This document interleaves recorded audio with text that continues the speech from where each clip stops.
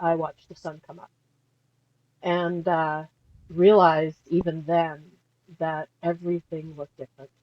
Like it was brand new, right? And seeing things from the perspective of just being so absolutely grateful to be alive. And thank you so much to the people who had, enlisted to be an organ donor. Because I know I wouldn't have been here at this point in time.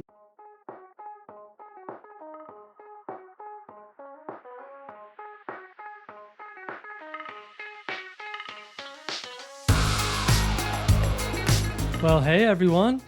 Welcome to episode 396 of F-Stop, Collaborate, and Listen with your host, Matt Payne.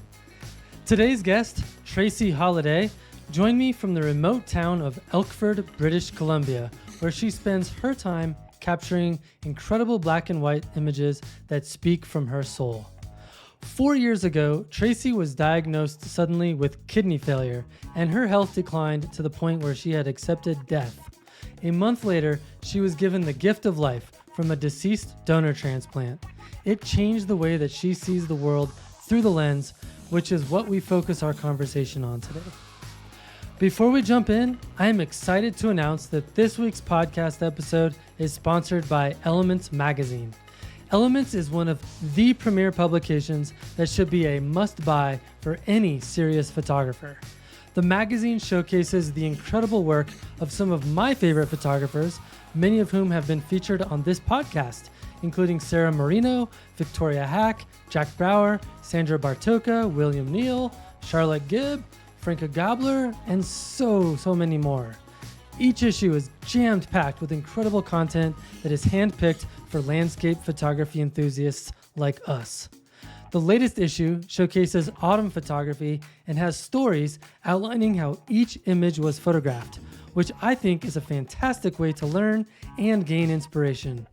I have zero reservations in recommending that you subscribe to the magazine. Simply visit elementsphotomag.com or visit the link in the show notes. That's elementsphotomag.com. I promise that you will not regret it. Okay, let's get to this week's conversation with Tracey Halladay. All right, Tracey Halladay, it's great to have you on the podcast. Thank you. Glad to be here. Yeah, you come highly recommended from our mutual friend Lee Nordbye, who was on the show not that long ago, and he had very, very, very awesome things to say about you. That's great. I actually met Lee the very first time I took a black and white photography workshop, Ah, and he's currently mentoring me this year along with a couple other women. So it's been awesome. brilliant. Well, I love his photography, and of course, as soon as he said your name, I went to your website, and I was like, wow, she's got some great stuff too. So here we are. Yep. I'm kind of a lurker. Yeah, no, it's cool. That's one of the things I love about doing this podcast is I get to expose the world of all of these incredible photographers that are hiding under the rocks. Yeah, there's a lot of them. I know. Well, Tracey, for people who aren't familiar with you and your photography, why don't you go ahead and tell us a little bit about yourself? Okay, so I live in a little town in the very southeast corner of the British Columbia Rockies, close to Fernie, if anybody knows where that is. I've lived here for 44 years, seen quite a few changes come through that time, but it's still, once you get out in the wilderness, it's absolutely beautiful. I have been married for 40 years, have two grown children and five grandchildren. No pets. Our last dog was gone just over a year ago. He lived to be 16, and that was a tough one to say goodbye to, so we decided we'll take a break for now. Right on. What is it like to live in this tiny town in British Columbia? Paint the story for us. So as you approach on the road coming in, you're driving up a valley. So you've got mountains surrounding you on either side. When you come into the town, we have a very small ski hill, which is volunteer run and depends on if we actually get enough snow to run it. Throughout the year, there's a creek that runs through the middle of town, but in the middle of winter, when the temperature drops to -30, goes a brilliant turquoise blue before it freezes over. And the bush is literally right out my back door. I take about 20 steps and I'm in the bush, and there's trails that run from one end of town to the other that I spend a lot of time walking along. I've always thought it's so funny and peculiar that people from Canada and Australia call, being outside in the bush, whereas in the United States we're just like, yeah, like up in the mountains or in the forest, or it's just an interesting thing that we do, right? Yeah, no, and I don't know why. Like, I wouldn't say in the wilderness because I don't consider it wilderness unless I go off-road. Right. Yeah, no, it's just a funny distinction. Anyway, well, that's cool. It sounds like a very similar vibe to where I live, although I think I've got about 5 times as many people living where I live than you do, and I live in a town of 20,000, so that gives you some perspective. Yeah, there's three coal mines around the area. It's actually four, I guess. But because of that, there's a large commuter population. There is a work camp that they built to house a lot of them because there's not enough room. And I think the full-time population's like maybe 3,200 at this point in time. Well, before we get into the real heart of this conversation, I wanted to ask you, how did you get into photography to start out with? Because you're in the middle of nowhere. How did photography get introduced into your life? I would have to say my dad. I grew up living in an old schoolhouse that was built in 1904 when I was a child in the middle of the country in northwestern Ontario. And I had like those little flat cameras with the detachable flash that's on top that I started out with. And our parents always took us outside. We'd go explore the Great Lakes and everything in the summertime. And I remember I still have some photos that are printed from back when I was a child. And there's a few of them looking at that make me smile because it's obvious that I enjoyed being outside and doing what I was doing even back then. And then for graduation, I was given a 35 millimeter Pentax, which I still actually have, and it does have a roll of black and white film in it right now.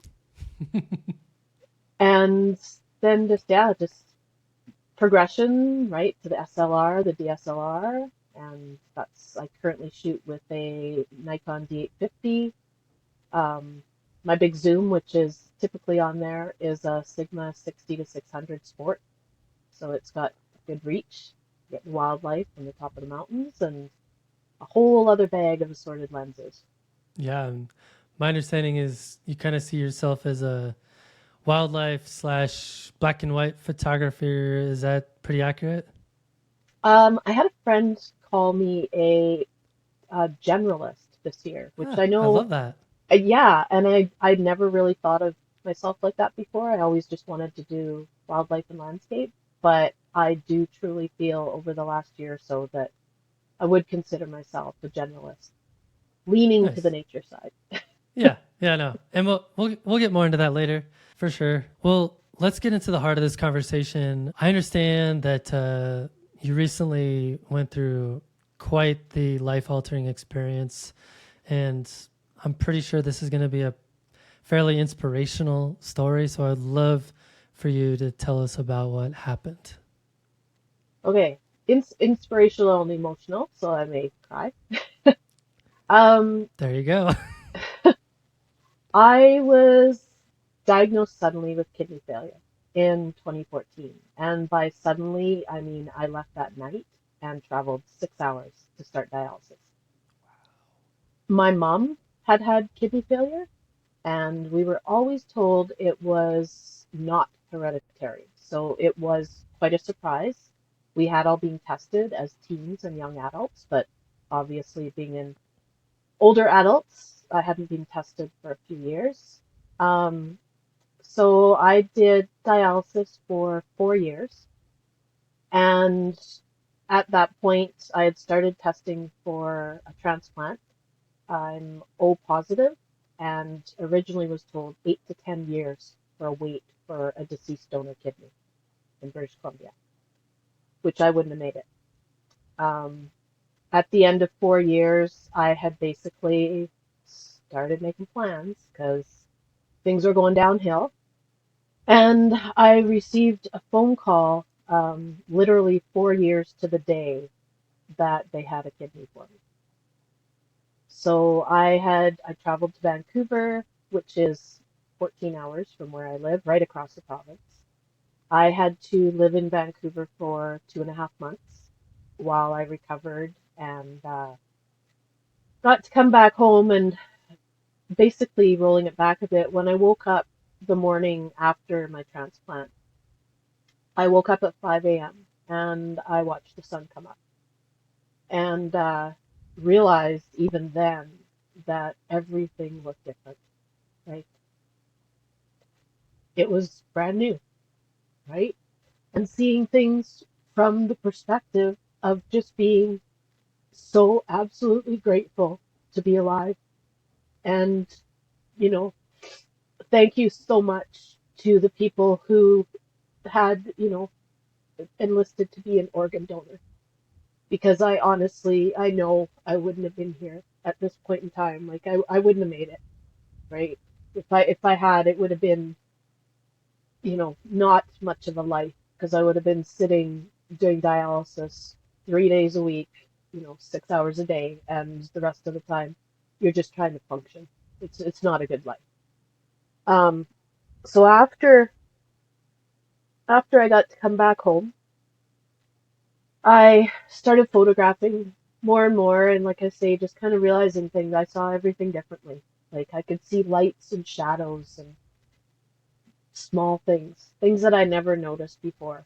And probably just because you're too busy, rushing around trying to make a life, but you're not living your life. Mm. So, whew.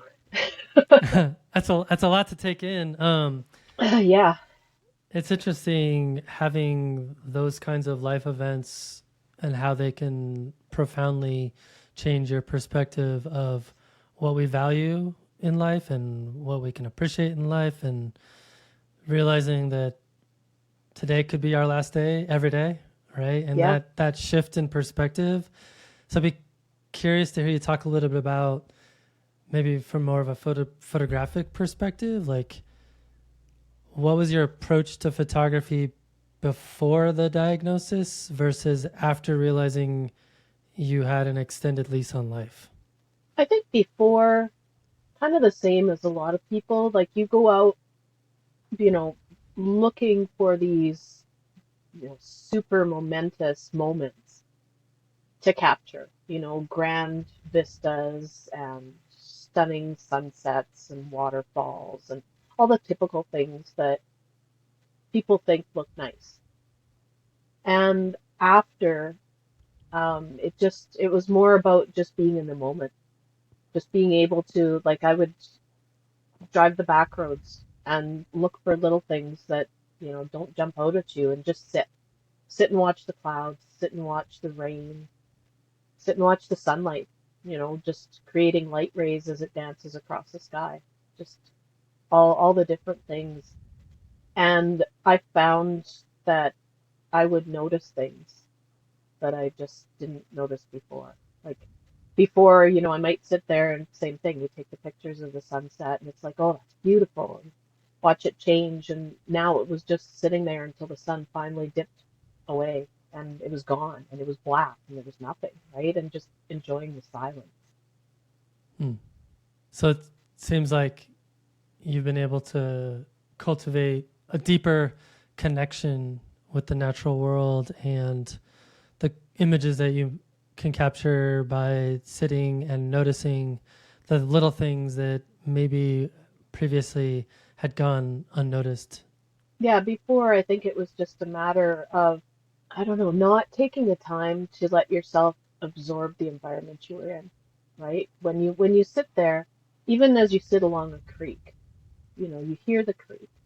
You see the water ripples, you see little bits of light here and there, you see mosquitoes hovering over top of it. But just to start looking, maybe there's a branch that keeps bobbing up and down with water droplets on it. the American dippers, spot them and they jump up and down and go on the rocks and just all the little things that I don't know, so many of us don't take the time to appreciate. Yeah, and the more you start to notice those things, I feel like the better your photography gets. I was recently leading a workshop in Mount Rainier National Park, and you think of Mount Rainier, and it's this giant mountain with a huge all these glaciers on it, grand scenics, wildflowers, and I was drawn to these crazy small scenes like cedar leaves hanging down, backlit with the sun, or after dark, the blue color that's emanating from simple wildflowers, and getting like 400 millimeter into those, and just really simple things that just kind of speak to me more quietly, and I didn't have an experience like you had in terms of having my life threatened, but I've definitely spent a lot of time in nature and forced myself to slow down. And as you probably know, I did a 35-day through hike last summer in the Colorado Trail, and that experience kind of reinforced that approach as well. Like, I wasn't chasing specific scenes, I was just observing what was around me and capturing what spoke to me. So it sounds like you've kind of had a similar approach to your photography of late as well. And I think part of what you said there resonates so much just because if you're always searching for something, you I don't know, it's not fulfilling. But if it comes to you, it's more so much more gratifying. Like if you're searching, you're on a hike. I need to get this shot. I need to do this. I went to Mount Assiniboine this past July long weekend, and um, there's still a lot of snow because we had a very late spring. Hmm. And so the lakes were still frozen over. We had no bugs because they were still not awake yet. Score. But while we were there, it was like, okay, we need to do this hike up to the Nub and the Niblet, which is where the money shot is taken. Right, right. And we started up there, and the snow was crazy going up this trail. And I've had some leg injuries, and I'm like, oh, you guys everybody just go. It was a photography group. I said, just go. Like, if I don't make it, I don't make it. Whatever. I'll just try, but don't let me hold you back. So the leader came back down and he actually stomped stairs into the snow for me because it was waist deep. I could not get up on it. I looked like a seal, right? Trying to do it. But he came back and he stomped stairs and I'm like I'm sorry. He's like, don't be sorry. Like, just let's do what we have to get you up there. If I hadn't have made it up there, would I have been upset? Yeah, probably a little bit. Like, it's a spot I've wanted to go to, and Sure. not being able to get there would have been disappointing.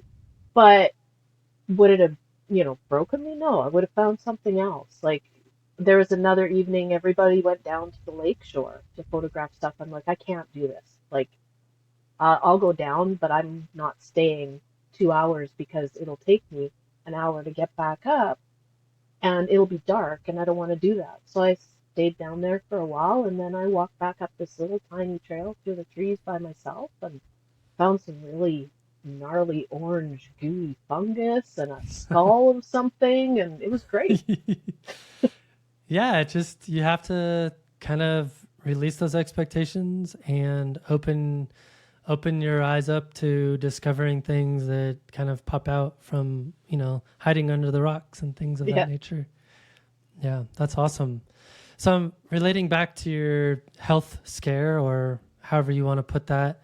How did photography help you to work through things and release the emotions that you were holding inside through that experience? So after right after my transplant, once I got back home and like healed and everything, I got back out doing physical activities. I had to build up a whole lot of muscle. And I was probably in best shape I've been in, if not in my life, for years. And then I injured my left knee, my meniscus I tore. And just after that healed, I tore two tendons in my right ankle. God. So I went from I hobbled with, I think you call it a Zimmer splint or something, Hmm. for 4 months until I had an MRI. I wore that thing almost 24 hours a day because when I went to bend my knee, it hurt so much that I was scared to do it when I was sleeping, so I just slept with it on too, right? So just after it healed and this happened, and it kind of tipped the scale and threw me into a pretty bad depression. I went from being able to, like, I hiked all winter with a 30-pound pack, snowshoeing, getting in shape to do all this stuff, and now I couldn't. So I started going out on the back roads in the middle of storms. And just because I was drawn to the mountains, like, I couldn't get up there. So I would sit and just watch them and watch the storms come in and the rain and the wind and the fog and the mist. And I started shooting a series of images with my long lens. Part of the reason was, well, I can't get up there, so this is the only way that I can capture these.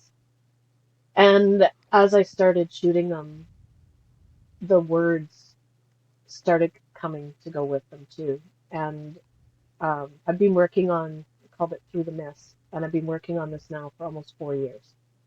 It's not done. There's still, I thought there was going to be 3 chapters. I think there's going to end up being 4. It just basically, it was how I released my emotions. I would go out in the rain, and if I was walking in the rain and crying, nobody could tell I was crying because it's raining, right? So I would take my dog and we'd go for, 2-hour hike in the bush and everything, just walking along. Or I'd go out in my vehicle and just wander through the edge of the forest and just started creating this series that basically the way I described it is it's taken me from the dark to the light and somewhere in between. And it's that's what's helped to release all of that is to see these images and to put the words with them and realize myself it's okay to feel like this.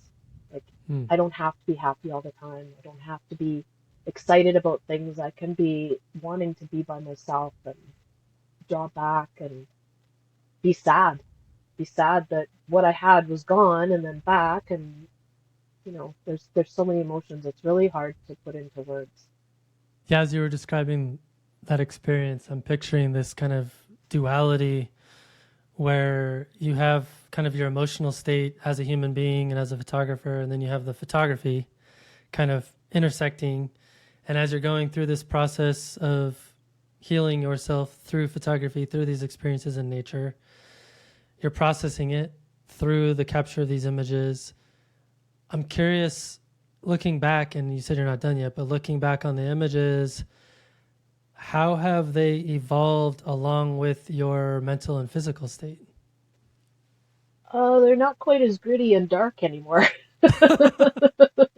there, there is, and that has to do with the editing too, right? There was some that Hmm. I would take and just they like first thing is they're all black and white, and I don't think I could edit and feel the same way about them in color, especially because so many of them were shot on those gray, gloomy days, right? Where in photography, when you edit, you can bring out the shadows. You can bring out that little bit of light, or you can bring it right down so that you're straining to see it. So when it started, it was more just kind of doing these images and then sharing a few words about them and how, um, more about how nature created these atmospheres about the mountains. And then as I went along, I realized that that wasn't it at all. It was what I was capturing was how I was feeling and catching things in the sky that you'd Hmm. look at and it'd be like, man, that's my head today. Like my head is in that space. Everything's twirling around. I'm stumbling. I don't know where I'm going or what I'm doing. I have one that I shot called True Grit, and it was just the middle of like so much rain coming down and the fog. Yeah, and I had to really work to bring out the trees I was seeing, but it reflected getting up and going and moving the next day and not just sitting there and letting yourself. wallow in your own sorrow. So it reminds me of that Minor White quote that all photographs are essentially self-portraits. And it's interesting because the more of my own photography that I look at, especially if I give myself a little bit of space, like maybe I'm looking at stuff I photographed a year ago or 6 months ago, and it's, you start connecting those dots like, oh yeah, that's when this was happening, or, Hmm. I was feeling down about this issue, or maybe I was really excited about these things happening in my life. And you can see it in the photographs, and it's really interesting. If you actually start to pay attention to it, it starts to emerge. And I think that's what's really fun about working on a project like you have, is that it really puts hyper focus on those types of things, and they start to show through the work. And I think that's why I've decided there needs to be 4 chapters. Because initially I was so sure that the third chapter was the final one. It was, and as I, it's a long-term project. So as you keep moving along, going on, it's like, no, there's still more. It's there's still more that needs to come out. Um, I think one of the best things that has happened to me over the past couple of years is I did have an exhibit with the first 2 chapters, and a young woman had come in and walked through them and everything, and she came up to me afterwards and she said, I just wanted to tell you how much I loved your photographs. And I read your words. And she started to cry. Mm, And I started to cry. And I said, thank you, because that means that what I'm saying is important. The message is getting through if I'm affecting you like that. absolutely. So if someone's listening and they're going through similar struggles, maybe they're having some physical issues, maybe they're like you, they have their knee got all messed up, or maybe they have a depression because of an injury, or maybe they have some health problems. What advice do you have for them as it relates to how they approach their photography? I think number one, if you have physical or mobility issues, photograph what's around you. Don't don't feel like you need to, you know, do the grand landscapes. There's a photographer I follow. He has mobility issues, and most of his photographs are of the beach and clouds and the ocean where he lives. They're always different. They're always in black and white, and it just shows the many different moods. And like you said, I can't get into the mountains. I can't go here. I can't do this. This is what's close to me. This is what I photograph. I think that would be a big part of it, to find someone that you can share that interest with, so you're not always by yourself. I shoot by choice most of the time. 90% of the time by myself. And I'm okay with that. I have discovered I like I like me. I like my I like not having to speak to someone when I'm thinking about something. I'm absorbed in the moment, and I want to experience it all. And to have somebody talking, did you see that? And it's like, I just, I like being by myself, but if you feel you need the company of others, search it out. Like with social media, there's groups online, even if you can't physically go to a camera outing or a camera club. And there's some really good groups online. Uh, find some with no negativity. If there's negative people and, harsh criticism and comments in there, just remove yourself. You don't Mm, want to be part of that. Um, one of the ones that I'm in, if it's okay to say, is Offbeat. mm-hmm. And I was one of the first 100 members in 2017. And it's a great photo community. Like, there's zero negativity in there at all. And is that David Brosha and Paul Ziska? Yes. Yeah. Okay. Cool. Yeah. Nice. So yeah, it's a really good community to belong to.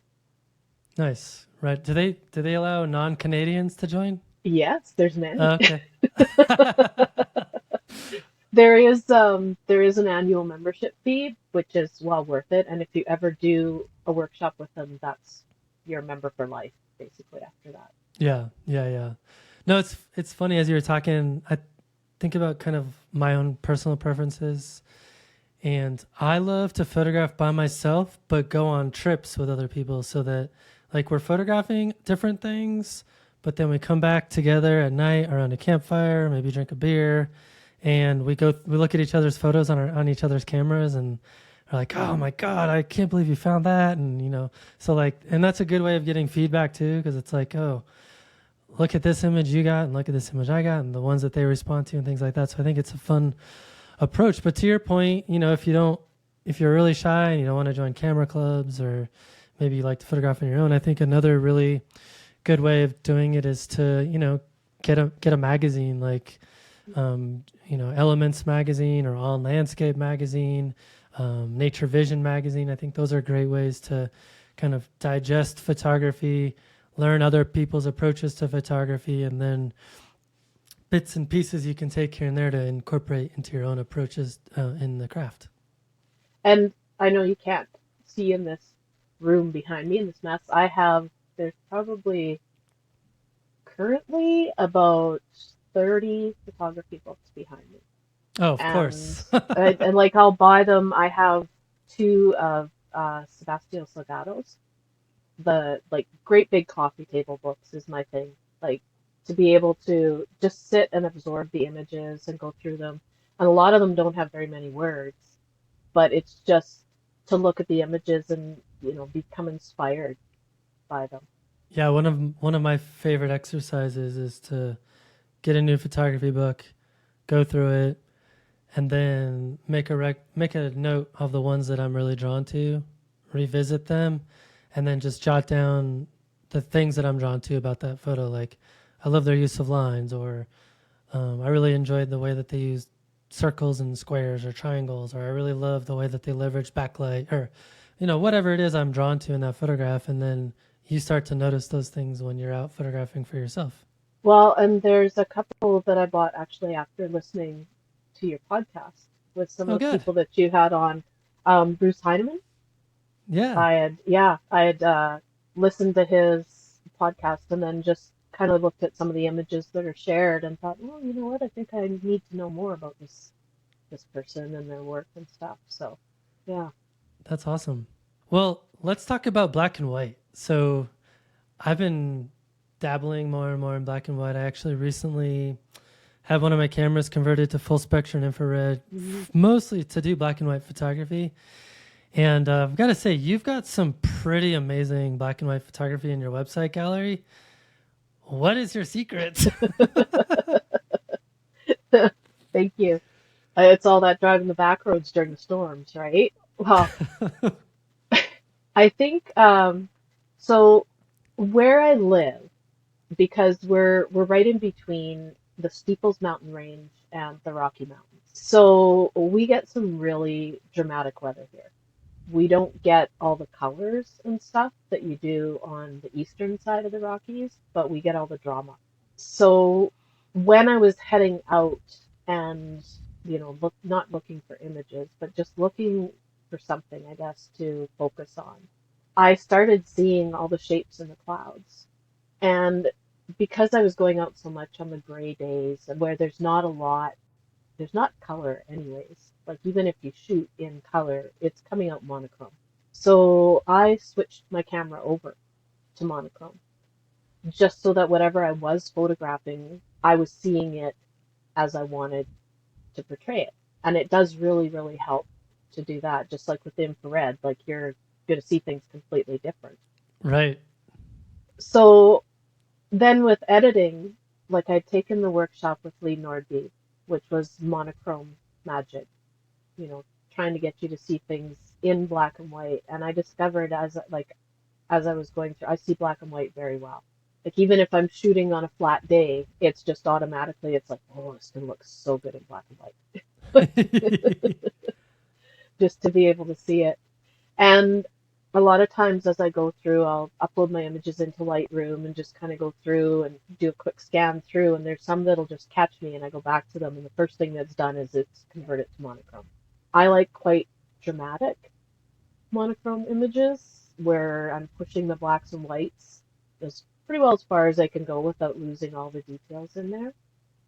And I also will then sometimes put into Nick software and try and see what some of the uh, presets in there look like, but then adjust them to where I want them myself. And I've actually created a couple and saved them in there as well too, so Yeah, I was that I gonna can have, say I use Silver Effects, and I have all yeah, these profiles I've created that sometimes work and sometimes it looks terrible, but it's yeah, fun to play. yeah, no, definitely. And I guess that's just it. Like, I don't know. I don't know if it's something where you train your eye or if it's something that, like, to be able to see in black and white is something that not everyone can do. And it's hard to explain how to do it, I think, sometimes. Well, to your point, on my infrared camera, I have so it's a Sony A7R4, and I have it converted to full spectrum, so I can choose my nanometer. I can go 720, 590, 850, whatever. Usually I'm at 720. Sometimes I like to go more contrasty at 850, but I changed my picture profile to monochrome, and it completely transforms how you see the photograph. I mean, the things that you're drawn to in color versus the things you're drawn to in monochrome are vastly different. And to your point, the best approach is like switch that color profile in the camera, Yeah. and all those things start emerging. Those textures, those patterns. You're looking for those tonality shifts. The whites, like all that stuff, just starts to pop out. You know. Well, and I find too, like with the mountains, especially shadows, Oh things that yeah. they don't stand out when you're in color, but when you're in monochrome, you start noticing just jagged shadows and the sharp edges and stuff that you don't see otherwise, the definition. Right, or you're like, oh, that shadow it's too dominating. And then you look at it in black and white and you're like, that shadow's awesome. So Yeah. it completely changes how you see. Yeah. Yeah. Well, that's awesome. And I also noticed that you've been delving more into portrait photography, but you're kind of doing it in a slightly different way than I see a lot of people doing it. So tell us a little bit about that. So when I first started photographing, I never wanted to photograph people, not at all. Like 20-foot They pole. move, they Nope. talk. Yeah, and yeah, there's drama. Um, and I'll credit this to Dave Brocha because I did a couple of his workshops and I did like a talk. I'd listened to him speak, and the way that he photographs people is different than a lot of other people, and he brings out their story in the images. Hmm.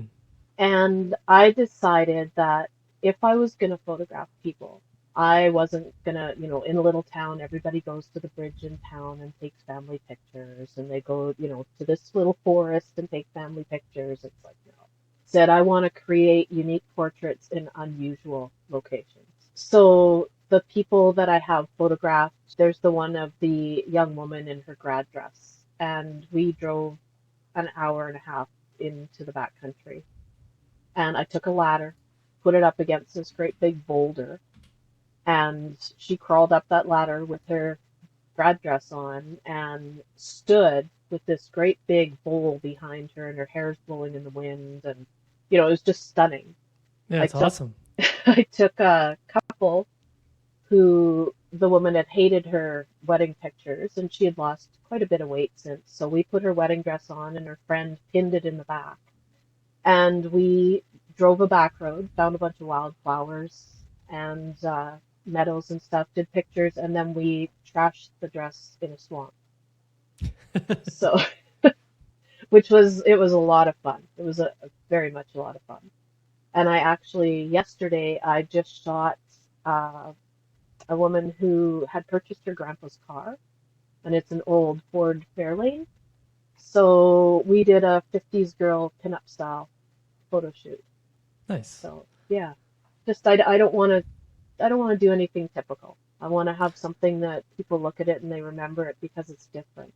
I like what you said earlier about bringing out the story of that person in the photograph. You have there was two pictures on your website that really stood out to me in that regard. You have this one of BJ, the cowboy poet. Yeah, Like there's a awesome horse, and then this kind of cowboy, and he's got this crazy awesome mustache, and he's got this red vest on. I mean, he just looks so classic. And then you've got this other one right underneath him, the man tracker, and it takes you back to like 1870s, like fur trapper. So Yeah. it's cool stuff. So those were actually taken at a workshop with Dave Rocha and Wayne Simpson. And there's a story with the one with DJ. He is the sweetest old man. He's so soft spoken, and like he does cowboy poetry, which is just amazing, these poems that he recites. But he showed up to this workshop the first day without the horse. And, everybody's telling him where to go and what to do and everything. And we're all taking his picture. And all of a sudden he goes, "So, do you mind if I ask what's going on here?" And we started laughing. We said, "You don't know why you're here?" And he said, "No, I was just told to dress up and come and pose for a bunch of people, but I don't really know what I'm doing here." That's Oh, awesome. yeah. That's really funny. Well, I also understand that you're into heavy metal music, which, I picture a nature photographer and then you think of heavy metal music. There's kind of a little bit of a disconnect there. So tell us about that and maybe tell us what some of your favorites are. There's actually more of us than you would think. It's um, kind of a strange thing, though, if you think about it. Maybe that's the offset, listening to the loud, heavy music compared to relaxing in nature, right? Right. So I grew up in the teenager in the 80s, right in the middle of like all the hair metal, all the new wave of British heavy metal, and that was what we listened to pretty well everywhere. Even we were bused to school, and our bus driver would play it on the bus for us. So my favorite band since I've been 14 years old is Iron Maiden, Oh, and wow. I like a lot of their lyrics really speak to me. I use them with some of my photographs when I did my exhibit. Judas Priest, who I'm actually going to see in concert in a few weeks again. I've seen them several times, and like they're so good. They're so good. And they're all getting older, right? So there's got to go and see them like while that's still there. Some other favorites, Motorhead. My One of my grandsons is actually named Lemmy, which he was named after Lemmy. Um, Saxon is another one, and all of these, I don't know. There's some, you can listen to a lot of these bands, and it brings you back. It brings back the memories. Certain things that you remember when you were doing when you heard this song, and then other times it's just like they're not screamy, they're not intelligible. It's just good stuff. Does it ever show up in your work, in your photography? Absolutely. It does. Um, I think sometimes I've learned number one, this is the biggest rule if you listen to heavy metal music and you're photography, doing photography and driving is cruise control is your friend. Because otherwise you find yourself going much too fast down a bumpy dirt road somewhere. But I find I just did a series of sand images, Hmm. and all of the titles are songs. Like the one is Enter Sandman, Metallica, right? And then I have Emotions in Motion, which is Billy Squier. Sands of Time, Judas Priest. So, and that's a series that I'll work on developing into a full collection. Right on. And you could also probably lean into some of the lyrics too, I bet. Yeah, absolutely. Yeah. All right. Well, earlier you had mentioned that you had a gallery showing of your the two first chapters of your Through the Mist series, and I know you've got another gallery show coming up in a couple of days. Actually, I'd love for you to tell us kind of how you landed on the upcoming gallery show and what your approach has been in terms of deciding what you're actually going to hang on the wall. So the gallery show actually was extended and it opened on the 9th. Oh, okay. Yeah, there was a cancellation before, so I had the opportunity to take an extra week. So I thought, yeah, okay. Well, we can just Um, pretend that we have a time machine.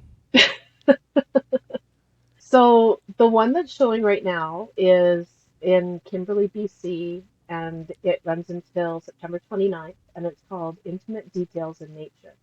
So this, when I pitched it last year, I had a few images that I sent through as samples and just said, like, I'm still shooting this. It's not completed.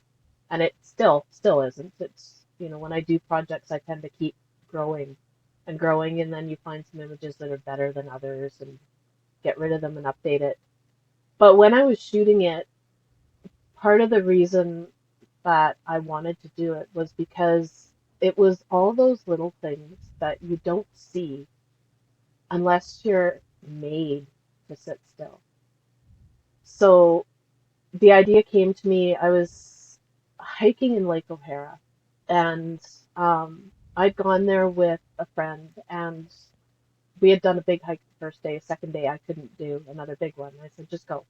Like, I'm fine. I'll sit here. I'm fine. I got something to eat, drink, just go. And I started looking around at all of the little things around me. I was in the middle of a boulder field, and the lichen on the rocks was popping out. I noticed in a crack there was a fern that was growing up out of the rock. There was a little pool of water that had these little teeny tiny pieces of moss that were in it, and just all the little things. It's like, man, there's so many little things around.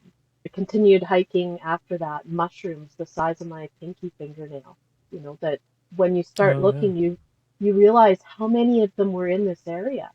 But normally you just walk past and wouldn't even see them. So I started shooting more for what I wanted to share with people and went through some old images that I had. I was shooting a field of daisies this past summer and going through the images, just clicking through quickly, and caught something and went back, and there was a crab spider eating an aphid on one of the petals of the daisy. So you can imagine how small that is. Right. So to be able to zoom in and show that, right? Just there's some moss ones, there's the sandscapes, um, insects. Like insects are a huge one. There's a photographer that I follow, Dara Ojo, and he spoke at Light Chasers, is where I'd first heard of him. So when he first started photographing, he photographed insects because that was what was around him. And his images now are absolutely mind blowing. Like he gets up in the middle of the night when they're all calm and they're covered with dew and shoots these insects with, like, you can see every single little hair. And then there's a water droplet balanced on that hair. Like it's amazing. He's definitely a photographer to check out if you like macro, especially insects, right? Yeah, absolutely. That's awesome. Well, cool. That's great, and I definitely want to ask you some more questions about the projects that you have listed on your website, but maybe we could do a fun little bonus episode for our Patreon supporters on working in projects, if that's cool with you. Absolutely. All right. Well, then, last question I have for you: who do you recommend for the podcast? Who are some individuals that have inspired your journey? So well, they're kind of split. So let's talk about who has inspired me first of all. Dave Brocha, 100%. Like, I remember sitting in an auditorium in Calgary, and he played a slideshow, and his slideshows are very impactful and emotional. And I'm sitting in a theater. I don't know anybody. I've gone by myself, and I'm crying because there's just so much emotion that comes through in the photographs. That's when I decided, it's like, I want to do this. I want to start photographing people. So that's been the inspiration behind the people. Um, Shane Turgeon, uh, his Hmm. story, like, he's just an amazing guy, an absolutely amazing guy. Like, one of those people that you meet that I could sit and talk with him for a long period of time. Just he's Lee Nordbye, and I met her very briefly. She took the photos of me that are on my website, and I did a workshop slash retreat with her and some other women, and she's no longer here, and she is a big part of why I want to share what I went through. and try and speak to other people and make them realize that, please be open. Please speak out. Please talk to people if you're feeling upset and lonely and depressed and you don't know what to do. So, um, she's affected me very deeply with the way that I shoot now. Hmm. And I guess who should be on the Ford cast? We're talking about metal, Monica Devitt. Um, she describes herself as lurking in the dark. She has photographed metal concerts on 70,000 tons of metal, bunch of other concert stuff, but she also does absolutely amazing night photography. Mm-hmm. And she wanders around out there in the middle of the night by herself, just did a birthday outing in the mountains by herself. And her nightscapes are just stunning. And she's Um, like a bar dancer, right? Pole dancer, not a bar Yeah. dancer. Well, I mean, I think isn't it called bar, like Barre? But um, she does a pole fitness studio. She does pole right, fitness. So yeah, pole fitness. Let's call it that. that's much better than a bar That's better dancer. than pole dancer. Oh, so I know yeah, she's got these cool videos on her Instagram where you're like, she damn, you're in does. really good shape. I know. I watch them and I think, man, that core strength is just unbelievable. Right? Um, Wayne Simpson. Like I say, I did the photography portrait workshops with him and Dave, and he's created a series of images. And he did a personal project last year regarding I guess the best way to describe it would be almost hiding his Aboriginal side for years, and now letting it out and discussing that. And the images are so impactful. And he's got a video on YouTube now that you can watch, as well as all of his work. And his portraits are absolutely so much depth and soul in them. Dana Pitts is a gentleman on the east coast of Canada, and he's just published an autobiography book. And his photographs quite different. Like he photographs what he wants. He started creating a series of composite images last year, taught himself how to do that, and they're just really fun and interesting. And he's a very interesting person. Also on my list, Tim Osborne. He is an exposed wildlife conservancy. He takes Like photographs a for them. conservation photographer. Yeah, and his photos go towards, statements made by that group, which does amazing work for carnivores and predators and stuff like that, like raising awareness as to why we need them in our world and we can't just eliminate them Oh yeah, all. I don't what for whatever reason People, up there in Canada, you guys have even more hatred for uh, like coyotes and wolves than we do in the United States. It's wild. no, it's pretty bad in the U.S. too. Look at Wyoming; it's very Oh, for bad in sure. I Wyoming. mean, but that Yeah. isn't that basically southern Canada? No, I'm just kidding. No, and it always baffles me because somebody will go to Africa and watch a lion take down a zebra or a wildebeest or something, and that's okay. But if a wolf does it to a deer, everybody loses their mind. Like, It's I don't I got nothing. I mean, yeah, I think not to go on that tangent, but like at least here in the United States, way back in like 1900, 1910, back in that time frame, there was this huge propaganda and push from the government to eradicate wolves because they wanted to propagate ranching and they wanted to, the homesteading was all happening back then. And so the government was actively trying to eliminate wolves and Native Americans, just saying, but that's a whole other thing. But, and I think that whole mystique of the American West and like that whole everything that's wrapped up in that idea, the wolves are like the opposite of that. It's like that's hmm a threat to that kind of core value of America.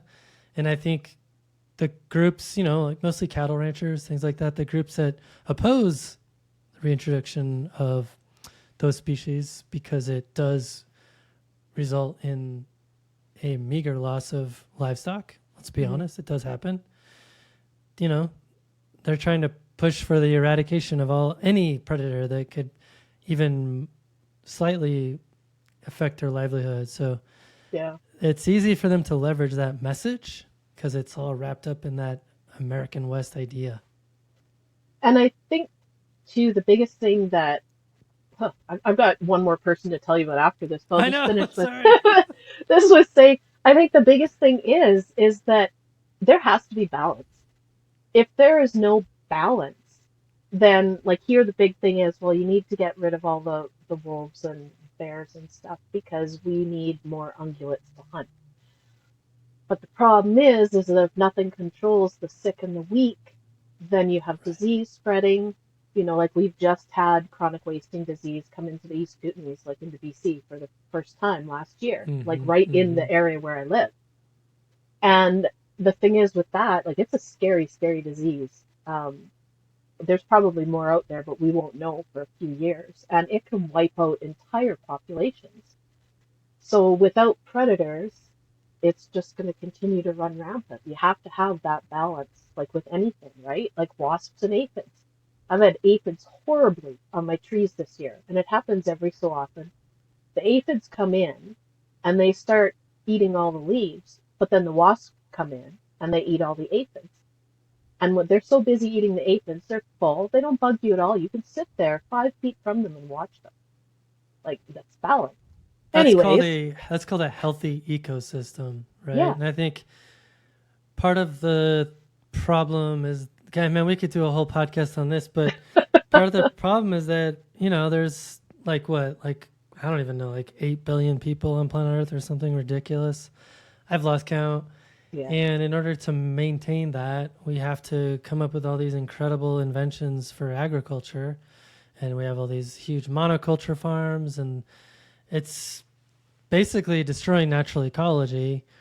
And people say, well, like, especially when it comes to livestock, they're like, well, where are you going to get your meat from? I'm like, I'm a vegetarian, so don't know what to say to that. yeah, But I don't know. I struggle with it. I'll just say yeah. that.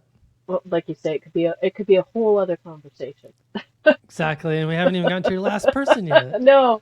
So my last person is Chris Andres, and he's really come, we'll say, into his own in the past few years.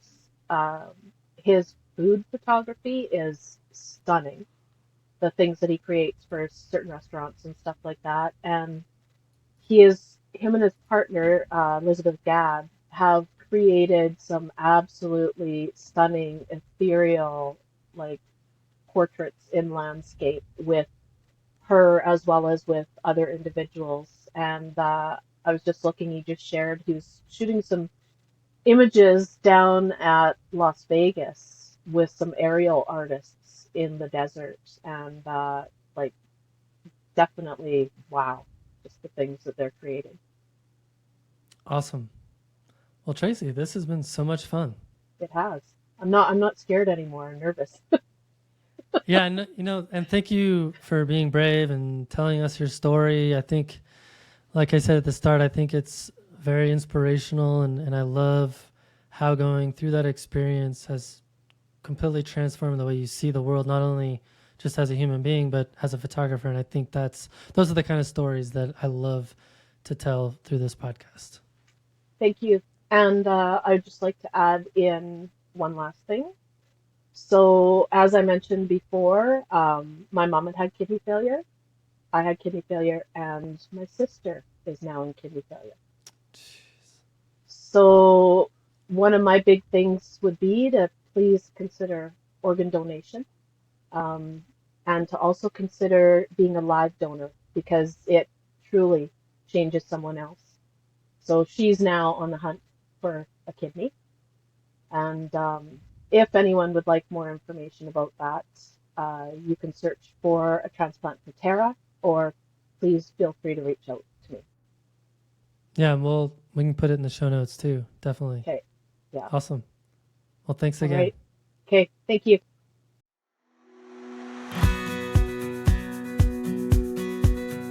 Thank you to Tracey for the wonderful conversation on the podcast this week.